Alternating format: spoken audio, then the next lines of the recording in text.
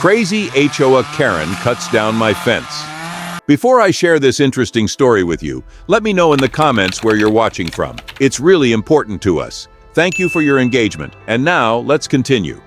When I bought my first house, I dreamed of peace and privacy. Finally, I had my own place where I could relax without constant interference from others.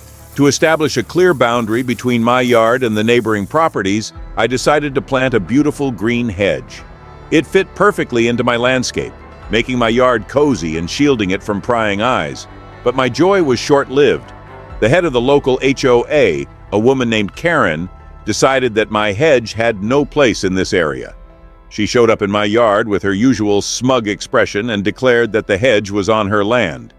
I politely explained that I had planted it exactly according to my property plan, but Karen just laughed and said, "This is my property. Everything here will be done my way."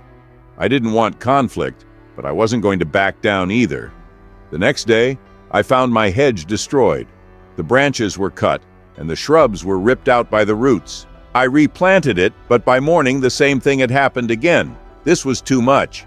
I decided to get to the bottom of this and installed security cameras. What I saw the next morning shocked me. At around 2 a.m., Karen sneaked into my yard with pruning shears and scissors. Without any hesitation, she destroyed my hedge and then walked away as if nothing had happened.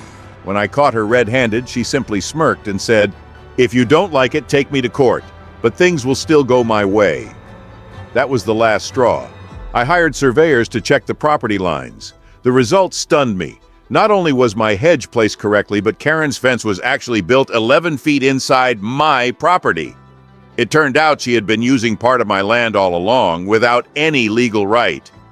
Armed with official documents, I filed a lawsuit and informed Karen that she had to remove her fence and compensate me for the damage. At first, she laughed and insisted that I had no chance. But when the court ruled that she had to tear down her fence and pay me damages, her arrogance disappeared. She was furious but powerless to do anything. After all the legal battles, Karen tried to sway the other neighbors, convincing them that I was the real troublemaker. However, the documents spoke for themselves and no one took her side. Some neighbors even decided to check their own property lines, fearing that Karen might have encroached on their land as well. In the end, I not only restored my hedge but also expanded my yard by reclaiming the land Karen had illegally occupied.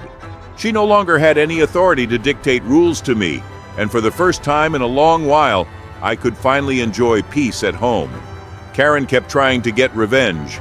She complained to the HOA, but after losing the lawsuit, even they didn't want to deal with her. Some neighbors started avoiding her, realizing she would go to extreme lengths for her own gain. A few months later, Karen sold her house and moved away. The new owners turned out to be much friendlier, and finally, harmony was restored in our neighborhood. This story proves one thing: even people like Karen can't get away with violating others' boundaries. If you stand up for your rights, justice will always prevail.